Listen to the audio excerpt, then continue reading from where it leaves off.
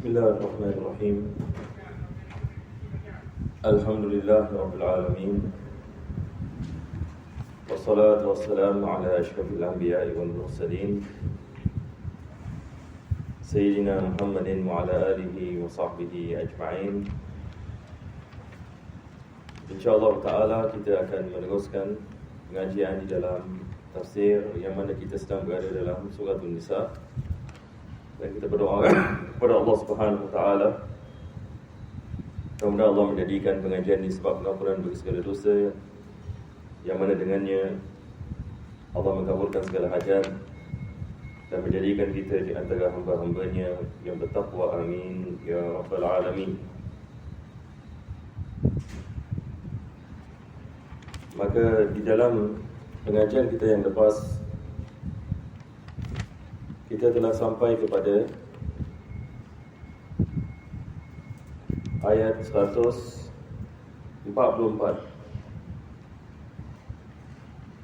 Firman Allah Subhanahu wa taala, fa'udzu billahi minasyaitonir rajim. Ya ayyuhalladzina amanu la tattakhidhul kafirina awliya'a min dunil mu'minin. Aturiduna an taj'alu lillahi 'alaikum sultanan mubina. Maka sebelum ini kita membicarakan berkenaan ini dengan sifat ini kaum munafikin, yang mana Allah Subhanahu wa taala menyifat mereka sebagai mudzabzabin. Yani mudzabzabin ini maksudnya dia tidak ada pendirian yang tetap. Kadang-kala di sini, kadang-kala di sana. Kadang-kala yang ini bersama di sini, kadang-kala bersama di sana. La ilaha ulai wa la ilaha ulai. Yani apabila mereka lihat manfaat bersama kaum muslimin, maka mereka mengatakan, tidakkah kami telah beriman? Yani padahal mereka munafik, mereka tidak beriman, tapi nak mendapatkan harta peperangan. Kalau sekiranya orang Islam memenang. Tapi kalau musyrikin yang menang, dia datang kepada kaum musyrikin mengatakan, tidakkah kami telah membantu kamu, yang mana kamu telah mendapatkan kemenangan daripada orang Islam, dan kami telah memberikan bantuan ini kepada kamu. Maka di sini Allah Subhanahu wa taala menyifatkan sifat dari golongan dari munafik, yaitu dia tidak ada yakni pendirian. Jadi insya-Allah kita akan meneruskan ini daripada sini. Kita lihat ini ayat ini yang seterusnya. Allah Subhanahu wa taala menunjukkan ini kepada mereka yang beriman, yang mana Allah mengatakan, ya ayyuhalladzina amanu. Ya ayyuhalladzina amanu, wahai mereka-mereka yang beriman, la tattakhidul kafirina awliya'a min dunil mu'minin. Maka Allah mengatakan, janganlah kamu mengambil orang yang tidak beriman sebagai awliya. Jadi di sini kita nak kena faham istilah. Kita ada istilah awliya. Perkataan yang awliya, dia adalah jamak bagi wali. Dan perkataan wali dalam bahasa Arab ini ada banyak makna. Ini adalah daripada keindahan yang di bahasa Arab. Kalau dalam bahasa kita, bila kita mengatakan wali, apa maksudnya? Wali adalah seorang yang soleh, seorang yang dekat kepada Allah Subhanahu wa taala. Kita menamakannya wali Allah. Wali juga membawa maksud ibu bapa ataupun orang yang menjaga. Ini juga adalah wali. Itu sebab misalan kita ada dalam bab zakat, ulama kita mereka mengatakan, apabila seorang bayi mewarisi harta, maka diwajibkan ke atas walinya mengeluarkan zakatnya. Sebab kita dalam mazhab Imam Syafi'i sebagai misal, diwajibkan zakat atas kanak kecil walaupun dia belum baligh. Zakat diwajibkan ke atasnya kalau sekiranya dia memiliki harta sampai kepada nisab dan haul. Sebab dalam mazhab Syafi'i kita lihat ini kepada jenis harta. Kita tidak lihat ini kepada sama ada seseorang itu mukallaf ke bukan mukallaf. Tetapi bagaimana bayi nak mengeluarkan zakat? Dia baru bayi misalnya. Dia bayi tapi kaya. Boleh jadi ke tidak boleh jadi? Boleh jadi ya. Bayi yang kaya. Bagaimana bayi yang kaya? Misalnya ni ibu bapa ni meninggal dunia semasa dia bayi. Dan ibu bapa ni orang yang kaya. Jadi dia mendapat warisan. Ini kita menamakan ini bayi yang kaya. Yang ini maksudnya dia ada harta. Maka diwajibkan ke atas walinya. Sekarang pula makna wali dah berbeza. Wali di sini bukan maksudnya wali Allah. Tapi wali di sini yang maksudnya yang menjaganya, guardian. Kalau dalam bahasa Inggeris kita panggil guardian. Kalau dalam bahasa kita apa kita panggil? Penjaga. Jadi ini dikirakan ini sebagai wali. Perkataan wali juga digunakan dalam bahasa Arab. Ini seperti dimaksudkan wali kota. Wali kota. Saya tak tahu kalau dalam bahasa kita di Singapura ni kita gunakan ini tak? Zaman dahulu. Tapi kalau di Indonesia saya rasa mereka menggunakan istilah wali kota. Yang ni wali kota kalau dalam keadaan kita di sini kita mengatakan yang ni seperti apa? Seperti menteri yang diberikan yang ni tugas untuk menjaga yang ni kota. Jadi perkataan yang ni wali membawa makna tanggungjawab. Tanggungjawab. Dan ia juga membawa makna penjagaan. Maka di sini kita ada perkataan yang ni aulia. Dan jamak ini daripada wali adalah aulia. Aulia ni adalah jamak bagi wali. Ada sebagian orang yang terjemahkan ayat ini. Ini saya nak ceritakan sikit ya, sebab kita nak tahu ayat ini agak sensitif sikit zaman sekarang. Sebab ada orang yang dia terjemahkan ayat ini, dan ini adalah website-website yang anti-Islam. Tahu apa mereka terjemahkan?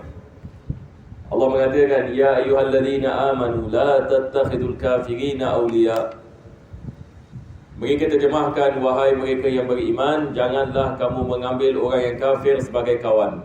Masya Allah, kawan haram ni hukum ni. Tapi ini yang terjemahan ini yang ada.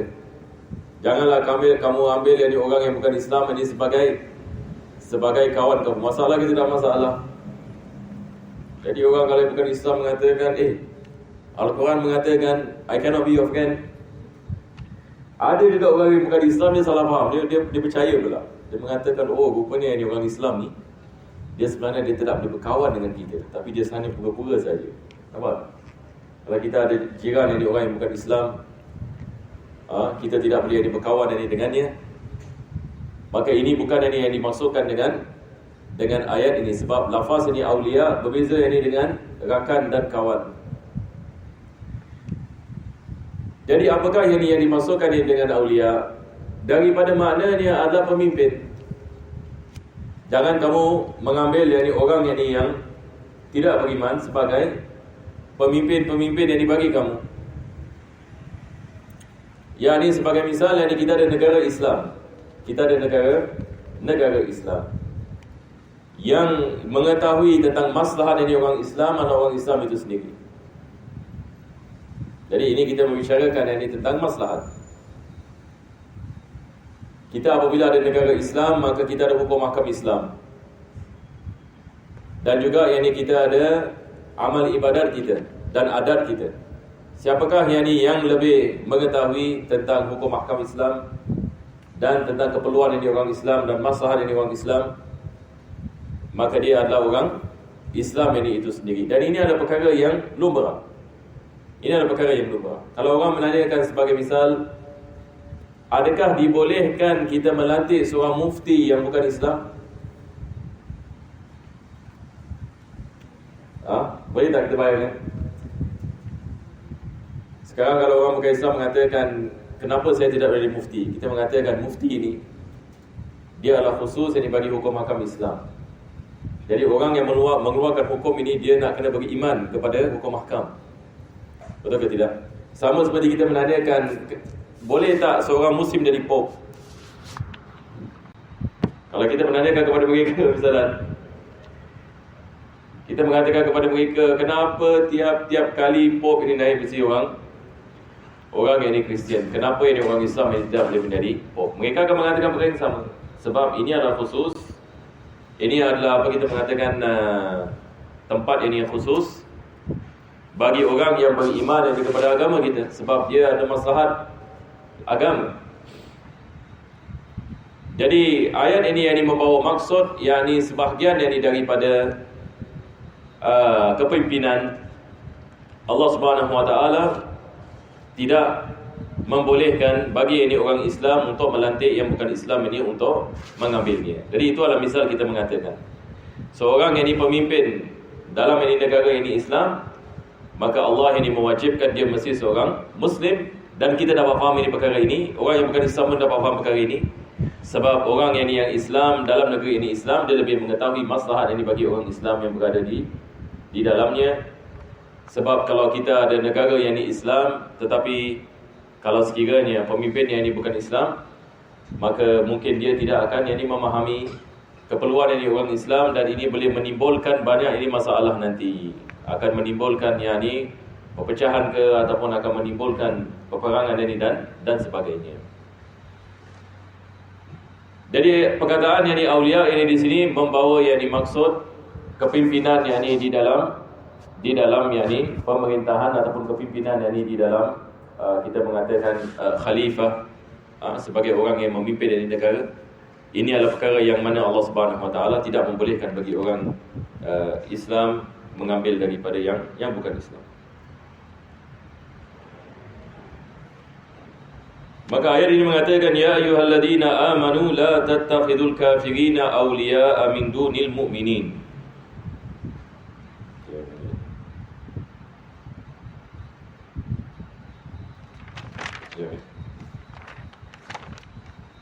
Tadi kita daripada satu.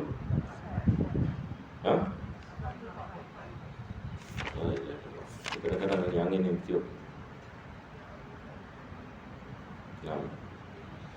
Ya ayyuhalladzina amanu la tattakhidul kafirina awliya'a min dunil mu'minin. Aturiduna an taj'alu lillahi 'alaikum sultanan mubina. Yani Allah Subhanahu Wa Taala menanyakan soalan ini. Adakah yang kamu mahu Allah Subhanahu Wa Taala mengazab kamu dan menjadikan kamu manusia-manusia yang di muka ini seperti orang yang munafik? Sebab sifat munafik kadang-kala ke sana dan kadang-kala ke sini. Di sini Allah Subhanahu Wa Taala mengatakan, hendaklah kamu ikut kepada perintah Allah Subhanahu Wa Taala. Hendaklah kamu ikut kepada perintah kepada Allah. Kalau sekiranya kamu tidak ikut apa yang kamu memerintahkan, kamu diperintahkan oleh Allah, adakah kamu mahu Allah Subhanahu Wa Taala menjadikan kamu seperti mereka-mereka yang di muka ini? Adakah kamu mahu azab Allah Subhanahu Wa Taala dikenakan ke atas kamu disebabkan perbuatan kamu? Ini adalah ancaman daripada Allah Subhanahu Wa Taala. Allah mengajarkan kepada kita, jangan jadi seperti golongan munafik. Apakah sifat mereka? Seperti mana kita mengatakan tadi, sifat mereka adalah muzabzabin, tidak ada pendirian. Lihat kepada maslahat keduniaan. Apa yang lebih manfaat bagi dunia kita, itu yang kita buat. Ini adalah sifat nifaq. Tapi Allah mengatakan, hendaklah kamu beriman. Lihat kepada perintah Allah. Apa yang Allah memerintahkan, ini adalah tanda keimanan bagi seorang mukmin. Maka ayat ini merupakan ayat dari ancaman bagi mereka yang melanggar apa yang diperintahkan oleh Allah Subhanahu Wa Taala.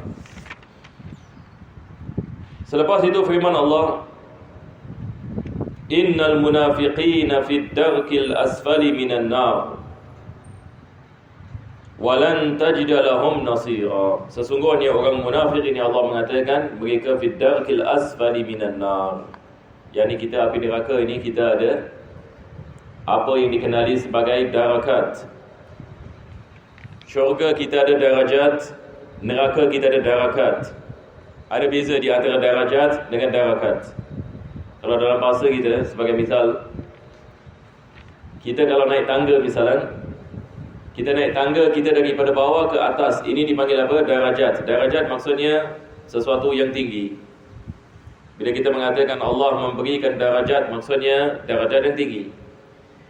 Tetapi kalau kita turun tangga, kita turun maksudnya kita dari apa? Lebih bawah, lebih bawah, lebih bawah, lebih bawah.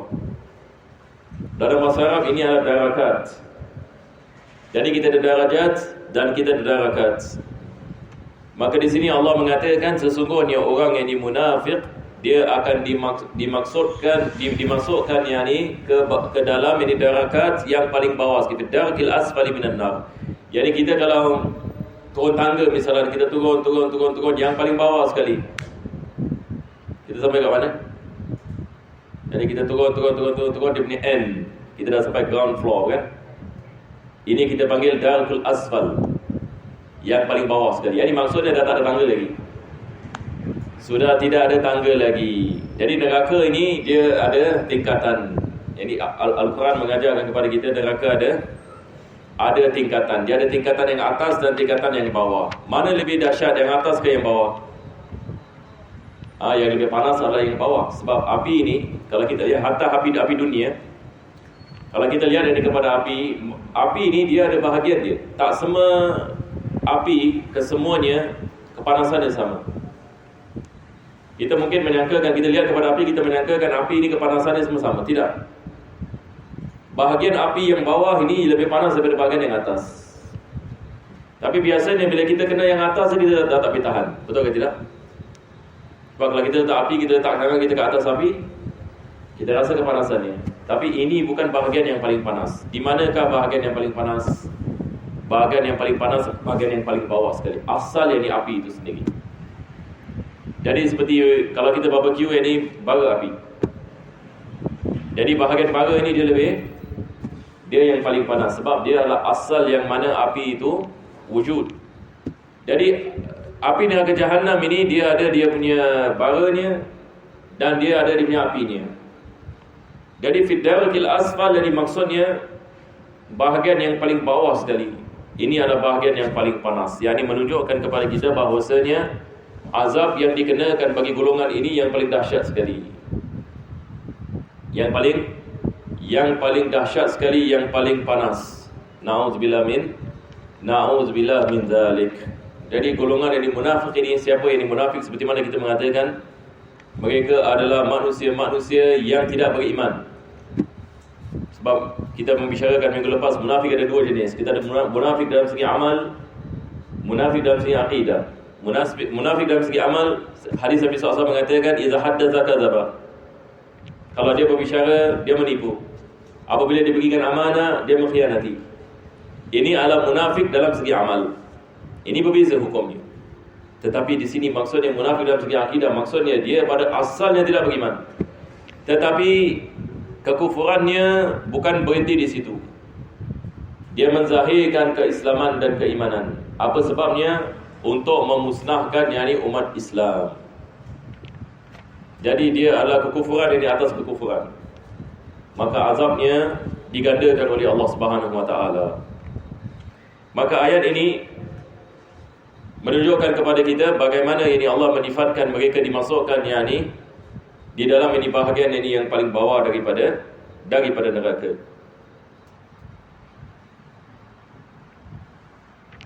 Walan tajida lahum nasira. Allah mengatakan kamu tidak akan mendapati bantuan, yakni seseorang yang mendapat membantu mereka. Pada hari kiamat ini tidak ada yang dapat membantu manusia. Tidak ada perkara yang dapat memberikan bantuan kepada manusia melainkan diizinkan oleh Allah. Sebab dalam surah Al-Fatihah kita mengatakan Malik Yaumiddin, Allah yang memiliki Yaumiddin. Yaumiddin ini adalah hari kebangkitan. Yani apabila manusia kesemuanya bangkit pada hari ini kebangkitan, diciptakan oleh Allah Subhanahu wa taala sekali lagi di atas padang mahsyar, maka tidak ada yang dapat memberikan manfaat dan mudarat melainkan Allah. Yani hatta di dunia tidak ada beza. Akidah kita mengatakan la ilaha illallah, maksudnya tidak ada yang dapat memberikan kesan, tidak ada kuasa melainkan datang daripada Allah. Allah yang maha mengetahui segala-galanya, dia berkehendak segala-galanya. Maka selain ini daripada Allah tidak ada kuasa, tidak ada perkara yang dapat berlaku melainkan dengan izin Allah. Allahu la ilaha illa huwal hayyul qayyum la ta'khudhuhu sinatun wala naum lahu ma fis samawati wa ma fil ard. Ini kalau kita lihat ayat kursi, Allah mengajarkan kepada kita tentang sifatnya. Yani dia yang menciptakan segala-galanya, dia yang menjaga segala-galanya, dan tidak sekali-kali akan ngantuk. Ini maksudnya dia mengetahui, maha mengetahui. Tidak ada sifat kekurangan bagi Allah, maha sempurna. Dan tidak ada yang dapat memberikan fan illa biiznih. Betul ke tidak? Melainkan dengan izin Allah Subhanahu wa taala. Mudah-mudahan Allah selamatkan kita di dunia dan selamatkan kita di akhirat. Dan mudah-mudahan Allah mengampunkan dosa kita, insya-Allah. Amin ya rabbal alamin. Maka tidak ada yang dapat memberikan bantuan kepada mereka illal ladzina tabu wa aslahu wa i'tasamu billah. Tapi di sini Allah mengatakan ada pengecualian, illal ladzina, melainkan mereka-mereka, yakni di kalangan dari orang munafik tadi, melainkan kalau mereka bertaubat kepada Allah, yakni sebelum datangnya ajal, yakni Allah terima taubat mereka, masya-Allah. Sebab ada yang di golongan munafik bertaubat, dia asalnya munafik pada zaman Nabi SAW, tetapi selepas itu dia bertaubat kepada Allah Subhanahu wa taala. Tetapi bertaubat saja tidak cukup. Betul ke tidak? Taubat saja tidak cukup. Sebab kadang-kadang ada orang misalnya dia telah melakukan banyak kezaliman. Dalam Islam kita mengatakan kalau dia telah bertaubat kepada Allah tidak mencukupi. Dia juga yang harus kembalikan kezaliman yang dia telah melaksanakan. Sebagai misal satu orang ini dia mencuri. Daripada fulan bin fulan duit. Selepas itu dia melakukan taubatan nasuha. Yani dia pergi yang di umrah misalnya, yang di depan Kaabah dia menangis. Dia berjanji dengan Allah tidak akan kembali ini kepada maksiat. Alhamdulillah, ini insya-Allah, ini Allah ini menerima ini taubatnya. Tetapi adakah diwajibkan dia kembalikan duit yang dia telah mencuri tadi? Ataupun kita mengatakan tak apalah, awak sudah taubat, alhamdulillah, segala-galanya semua telah dimaafkan ini bagi awak. Ke bagaimana? Wahai jemaah sekalian, ya, wajib dikembalikan, betul ke tidak? Wajib dia kembalikan. Jadi kita mengatakan alhamdulillah awak sudah bertaubat kepada Allah, Allah akan mengampunkan dosa, melainkan dosa di antara manusia. Sebab bila kita bertaubat dari dosa antara kita dengan Allah Subhanahu wa taala. Itu sebab ulama kita ini mereka lebih takut dosa di antara manusia. Sebab dosa di antara Allah bukan nak memperkecilkan. Allah boleh mengampunkan dosa, tapi manusia susah nak ampunkan. Tahu ke tidak? Manusia akan mengatakan, aku akan bertemu engkau di padang mahsyar nanti. La ilaha illallah. Yang dimaksudnya dia mengatakan aku sekali-kali tidak akan ampunkan. Aku akan menuntutnya di hadapan Allah. Ini biasa kita dengar, betul ke tak?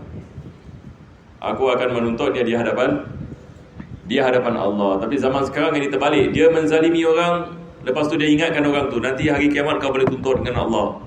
Tapi dia yang zalimi. Sekarang zaman dah terbalik sekarang. Kalau sebelum ini kita mengatakan orang yang dizalimi mengatakan pada hari kiamat nanti betul lah, sebab dia tidak redha. Tapi zaman sekarang kita lihat orang tidak takut kepada Allah sama sekali. Dia melakukan maksiat, lepas itu dia boleh ingatkan orang yang dia zalimi, nanti pada hari kiamat tuntutlah kepada Allah. Yang ini maksudnya dia memperkecilkan. Jadi kita lihat ini manusia ini macam-macam. Tetapi Allah Subhanahu wa taala mengampunkan. Segala jenis ini dosa manusia yang melakukan Allah mengampunkan. Tetapi berkenaan dengan kezaliman, ini yang susah sikit. Kita memerlukan ini minta maaf. Betul ke tidak? Jadi Allah Subhanahu wa taala kita lihat dari kepada ayat ini, pertama sekali illal ladzina tabu. Pertama sekali adalah bertaubat. Taubat di sini maksudnya taubat nasuh. Kalau golongan ini munafik yang mereka taubat maksudnya mereka masuk ke agama Islam. Kembali ini kepada iman. Dan bertaubat kepada Allah Subhanahu wa taala atas apa yang telah mereka melaksanakan. illal ladzina tabu wa aslahu. Aslahu ini maksudnya mereka memperbaiki keburukan yang telah mereka melakukan. Yani kalau mereka telah mencuri, mereka melakukan islah. Yani maksudnya kembalikan apa yang telah mereka mencuri. Kalau mereka telah menyebabkan adanya fitnah dan sebagainya, mereka menerangkan kembali sebenarnya bukan begitu dan bukan begitu. Fulan bin fulan yang tidak mencuri, fulan bin fulan yang tidak melakukan zina. Sebab mungkin sebelum Islam ini misalnya dia menuduh orang yang melakukan ini, melakukan itu. Maka selepas ini dia masuk ini ke dalam agama Islam, sekarang ini dia nak kembali melakukan islah. Islah ini maksudnya apa? Memperbaiki keburukan yang telah dilakukan. Sebab kalau dia menjadi sebab ini keburukan, maka dia kembali ini dan memperbaikinya. Ini adalah yang dimaksudkan dengan wa aslahu. Illa alladhina tabu wa aslahu. Melainkan ini mereka yang bertaubat dan memperbaiki keadaan mereka. Wa'tasamu billah, dan berpegang yakni kepada Allah. Yang dimaksudnya di sini adalah kembali yakni beriman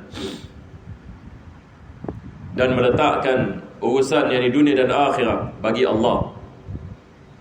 Berpegang yakni kepada agama Allah, maksudnya melaksanakan perintah Allah, meninggalkan apa yang dilarang oleh Allah. Jadi ada beberapa perkara di sini. Pertama sekali kita ada taubat. Kedua kita ada islah. Aslahu. Aslahu ini balik kepada perkataan islah. Ketiga kita ada i'tisam, wa'tasamu billah. Jadi taubat ini maksudnya kita mengatakan taubat nasuha. Yang kedua dia memperbaiki keburukan yang dia telah melakukan. Yang ketiga dia melaksanakan perintah-perintah Allah dan meninggalkan larangannya. Yang keempat ini Allah mengatakan masya-Allah wa akhlasu dinahum, ikhlas. Dan ikhlas ini dia adalah kita mengatakan apa? Opposite yakni nifaq. Apa kita mengatakan dalam bahasa Melayu? Saya sentiasa lupa ini perkataan ini. Opposite.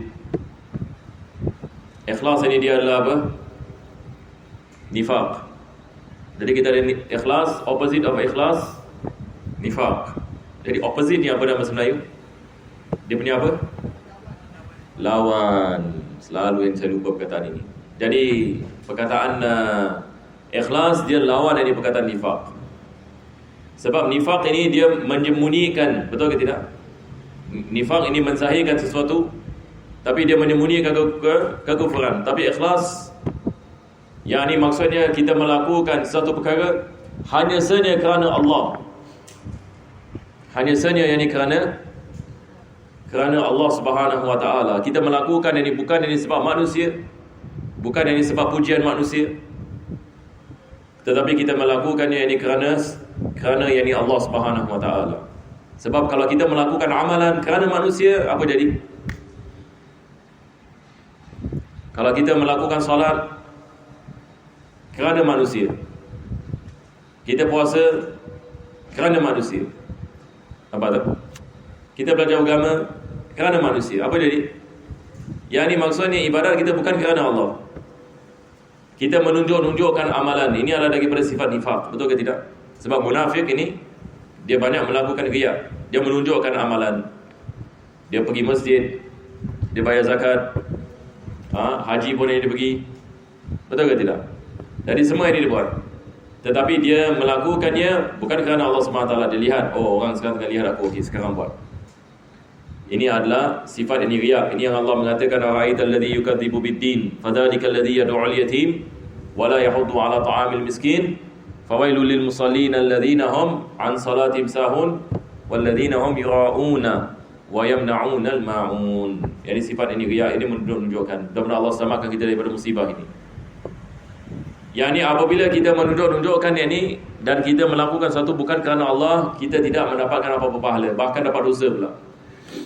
Ini yang disifatkan oleh Nabi SAW, asyirkul asghar, syirik yang kecil. Syirik yang kecil adalah riya, maksudnya beramal bukan kerana Allah Subhanahu wa ta'ala. Jadi kita dalam Islam ini bagaimana yang kita nak mendapatkan sifat ini ikhlas. Sebab sifat ikhlas ini yang menjadi sebab insya-Allah kita akan mendapatkan pahala daripada Allah Subhanahu wa ta'ala. Maka ini memerlukan kepada pertama sekali iman. Kita harus beriman kepada Allah Subhanahu Wa Taala, beriman kepada janji-janji Allah Subhanahu Wa Taala, beriman kepada Al-Quran, beriman kepada Nabi sallallahu alaihi wasallam. Beriman yang bahawasanya kejayaan yang manusia dalam ketaatan kepada Allah dengan ikhlas. Maka juga ini kita cek kita punya amalan apabila kita melakukan satu amalan, sama ada kita ikhlas ke tidak ikhlas. Kalau kita mendapati diri kita tidak ikhlas, maka kita memerlukan kepada istighfar. Jadi ini kita sentiasa nak kena lawan yang nafsu kita. Sebab kadang-kadang kita terjebak juga dalam riak. Betul ke tidak? Jadi kita manusia ini banyak kekurangan. Kadang-kadang kita terjebak dalam riak. Tapi bila kita terjebak dalam riak, jangan terus yang ini kita stay kat sana. Kita nak kena kembali dan bertaubat ini kepada Allah Subhanahu Wa Taala. Itu sebab ulama kita mengatakan daripada amalan harian yang penting untuk kita menghidupkan tajdidu taubah, memperbaharui taubat. Taubat ini memerlukan kepada tajdid, memerlukan kepada memperbaharui. Yang ni apa maksudnya? Sebab kita manusia ini tidak lari daripada melakukan dosa. Tiap-tiap kali kita melakukan dosa, cepat-cepat kita bertaubat. Tiap-tiap kali terjebak dalam dosa, cepat-cepat taubat. Allah sayang hamba-Nya seperti ini.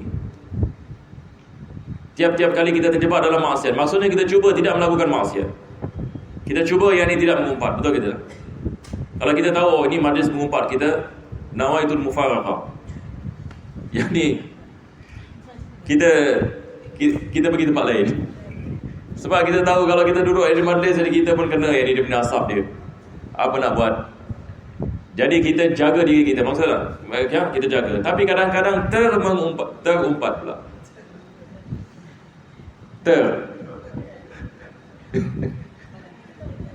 Maksudnya kita jaga kan. Tapi kadang-kadang yang ni tak boleh tahan. Tercakap. Sekarang ini kita memerlukan kepada taubat. Tajdidu taubah. Jadi kita biasa begini. Maksudnya di sini bukan maksudnya kita sengaja melakukan maksiat, tapi maksudnya kita terjebak dalam maksiat. Tetapi apa yang penting adalah kita sentiasa menjaga diri kita supaya tidak melakukan maksiat. Kita jaga mata kita supaya tidak lihat daripada maksiat, telinga kita tidak dengar kepada maksiat. Tapi kadang-kadang kita terjebak di dalam maksiat. Apabila kita terjebak dalam maksiat, jangan kita stay kat sana. Sebab kalau kita stay itu syaitan nak. Syaitan mengatakan kalau dah buat sekali. Itu syaitan mengatakan. Syaitan mengatakan kepada kita kalau dah buat sekali. Kita nak kena lawan ini bisikan syaitan. Kita keluar dan kita bertaubat dari kepada Allah, dan Allah akan mengampunkan. Tiap-tiap kali kita bertaubat ini dengan ikhlas, insya-Allah Allah akan memberikan kepada kita keampunan, dan kita meletakkan keazaman supaya tidak melakukannya lagi. Maka ini adalah sifat seorang mukmin. Sifat dari seorang mukmin sentiasa memperbaharui ini taubat. Maka di sini Allah mengatakan kecuali kalau mereka bertaubat dan memperbaiki keadaan mereka dan berpegang kepada Allah, ini maksudnya melaksanakan perintah Allah, wa akhlasu dinahum lillah, dan melaksanakannya dengan ikhlas, segala-galanya dengan ikhlas kerana Allah Subhanahu wa taala, fa ulaika ma'al mu'minin. Yani Allah mengatakan mereka adalah manusia-manusia yang digolongkan bersama orang-orang yang beriman. Yani maksudnya mereka juga akan mendapatkan anugerah-anugerah Allah Subhanahu wa taala yang Allah memberikan kepada orang beriman di dunia dan akhirat.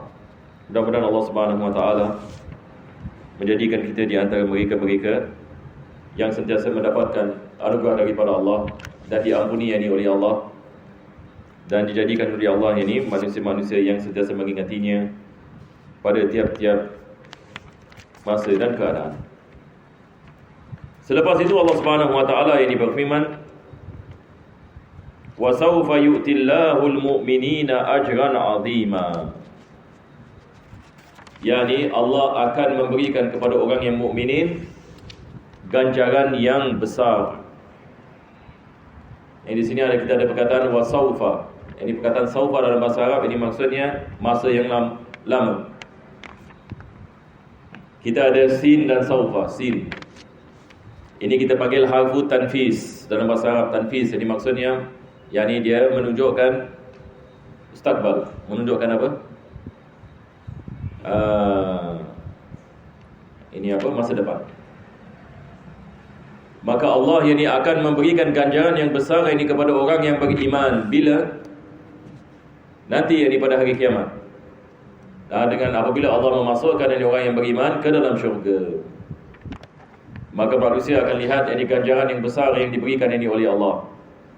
Tapi di dunia ini kita tidak lihat. Di dunia ini kita diuji oleh Allah ini dengan beberapa ujian. Diuji ini oleh Allah. Kita tidak lihat syurga. Cuba bayangkan kalau Allah memperlihatkan kita syurganya, kita akan bersabar, betul ke tidak? Kita semua yang ini akan melakukan amalan-amalan dengan ikhlas dan akan melakukan mujahadah dan sebagainya, kalau sekiranya kita lihat ini kepada syurga. Tetapi Allah tidak memperlihatkan kita syurga ni. Allah menguji kita. Allah menurunkan Al-Quran dan Al-Quran mengingatkan kepada kita, kalau kamu sabar dan kamu beriman dan kamu melaksanakan perintah-perintah Allah Subhanahu Wa Taala, maka ketahuilah bahawasanya ganjaran yang besar akan menunggu kamu. Tapi kita belum lagi lihat. Tetapi kita beriman. Maka nak beriman pun bukan benda yang senang.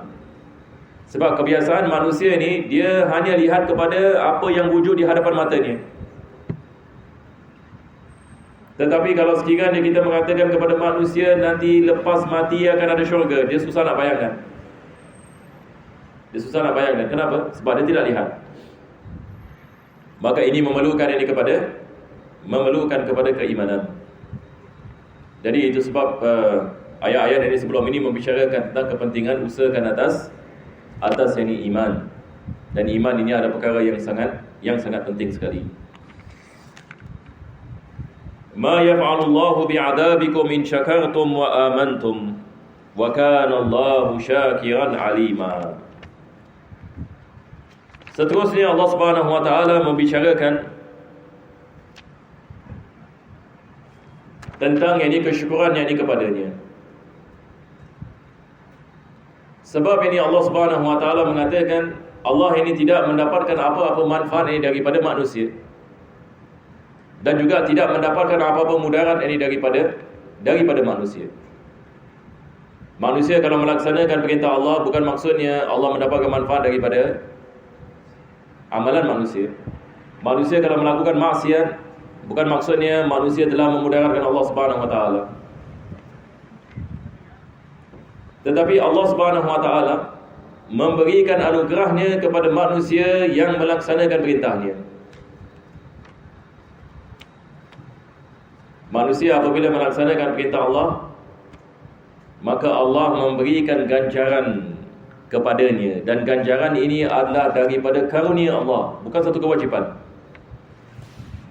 Kita sentiasa mengatakan ini, adakah wajib ini bagi Allah memasukkan manusia ke dalam syurga? Jawapannya adalah tidak diwajibkan. Allah memasukkan manusia ke dalam syurga dengan rahmatnya. Ini maksudnya bukan kewajipan. Bukan maksudnya kita mengatakan wajib ini Allah masukkan manusia ke dalam syurga. Tidak ada perkara yang mewajibkan Allah. Tetapi segala-galanya dengan karunia ni. Sebab amalan kita tidak memberikan manfaat kepada Allah. Maksiat kita tidak memberikan mudarat ini kepada Allah. Begitu juga tidak diwajibkan yakni Allah mengazab ini seseorang. Yakni Allah mengazab seseorang dengan keadilannya. Allah Subhanahu Wa Taala mengazab seseorang ini dengan keadilannya dan memasukkan seseorang ke dalam syurga dengan rahmatnya. Ini apa yang kita belajar dalam ilmu akidah. Dan Allah Subhanahu Wa Taala memerintahkan kita melaksanakan kesyukuran.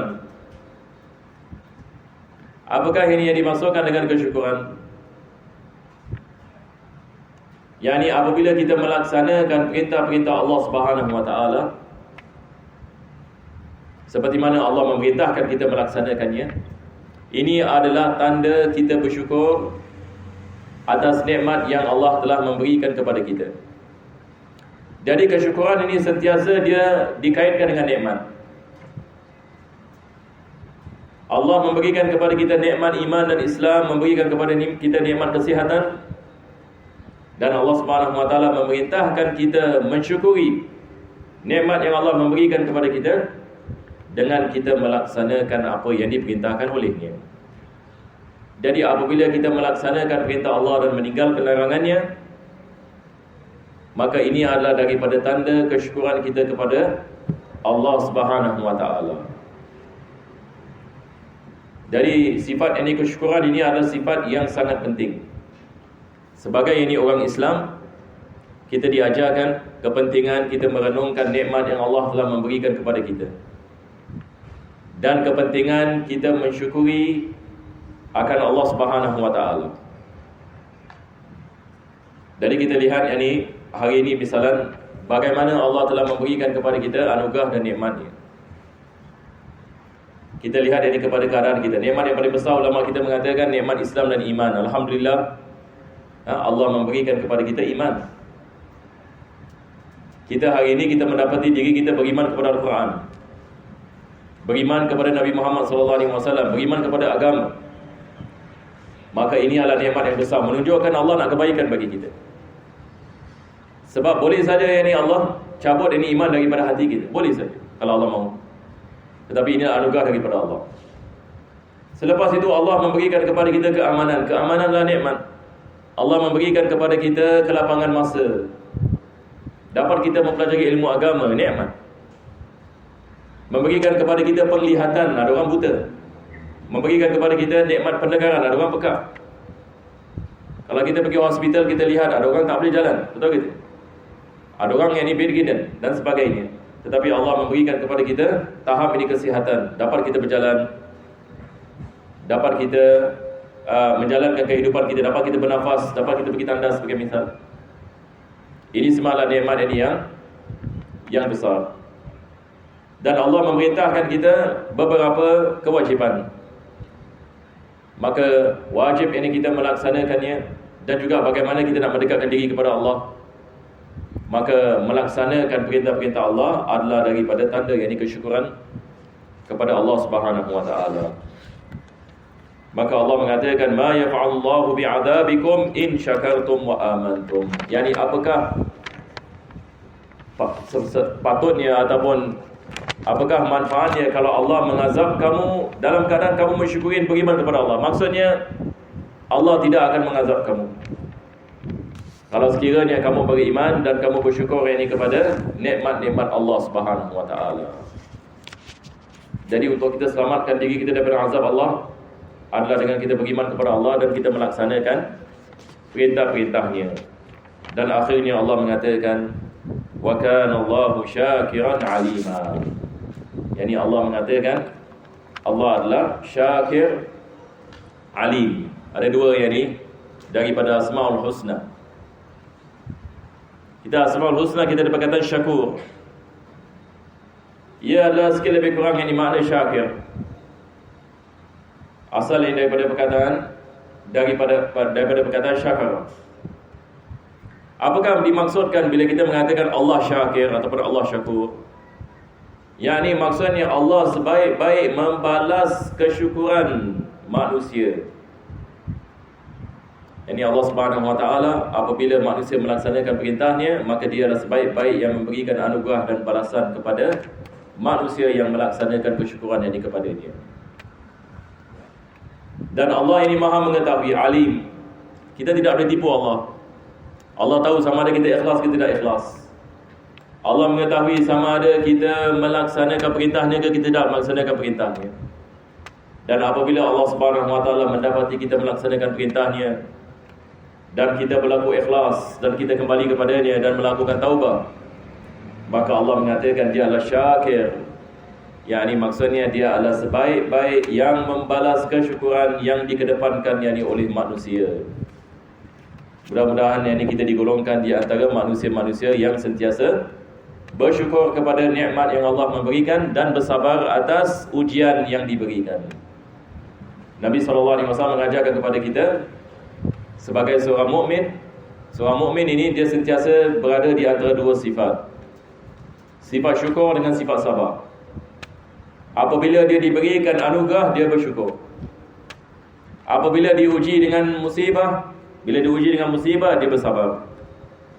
Maka dia mendapatkan anugerah daripada Allah pada tiap-tiap masa dan keadaan. Sama ada dalam keadaan dia mendapatkan kebaikan, mendapatkan nikmat, ataupun dalam keadaan yakni dia diuji dengan musibah. Sebab apabila dia diberikan kebahagiaan, dia bersyukur, maka dia mendapat pahala atas kesyukurannya. Apabila dia diuji dengan musibah, dia bersabar, maka dia mendapatkan pahala disebabkan kesabarannya. Maka Nabi mengatakan ajaban dia amril mu'min.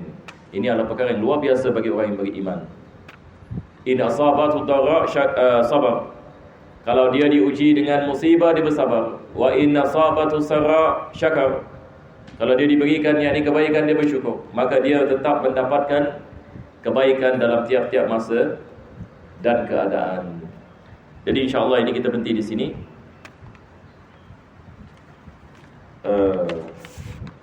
Dan kita akan meneruskan pada minggu yang akan datang insya-Allah taala. Untuk pengumuman para jemaah sekalian, hari ini merupakan insya-Allah ini hari yang pertama kita mengadakan majlis Maulid 12 hari di Masjid Khalid. Jadi kalau ada siapa-siapa yang ada kelapangan pada malam ini, kita akan memula pada jam 6 subuh insya-Allah dengan kita membaca Maulid Daibai. Dan selepas ini maghrib kita akan mengadakan syarahan daripada para asatizah. Mudah-mudahan ini Allah memberikan kepada kita taufik. Kita akan masuk pada bulan Rabiul Awal pada malam ini, ya. Betul, ya? Jadi hari ini merupakan hari terakhir ini daripada bulan yang ini Safar. Jadi masya-Allah kita akan masuk ini kepada awal ini bulan Rabiul Awal. Kita berdoa mudah-mudahan Allah menghidupkan hati-hati kita dengan cinta kepada Allah dan cinta kepada Nabi Muhammad SAW. Sebab ulama kita mengatakan daripada maksud kita bila kita masuk dalam bulan Rabiul Awal, kita harap kita keluar daripada bulan Rabiul Awal dalam keadaan cinta kepada Nabi lebih tinggi. Sebab cinta kepada Nabi adalah daripada rukun agama. Nabi mengatakan la yu'minu ahadukum hatta akuna habba ilaihi min walidihi wa waladihi wan nasi ajma'in. Nabi mengatakan tidak daripada kamu mendapat kesempurnaan iman melainkan dia mencintai aku lebih daripada bapanya dan lebih daripada dirinya dan lebih daripada manusia kesemuanya. Mudah-mudahan Allah Subhanahu wa taala menghidupkan cinta ini dalam hati-hati kita insya-Allah taala. Bismillahirrahmanirrahim. Alhamdulillahirabbil alamin. Allahumma shalli wa sallim ala sayyidina Muhammad wa ala ali sayyidina Muhammad. Rabbana atina fid dunya hasanah wa fil akhirati hasanah wa qina adzabannar.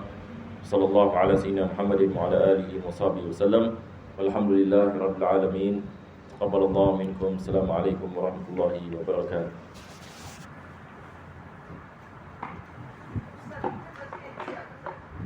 InsyaAllah bulan Disember. Jadi sekarang dah bulan berapa sekarang? Dah nak masuk bulan Dah nak masuk Oktober.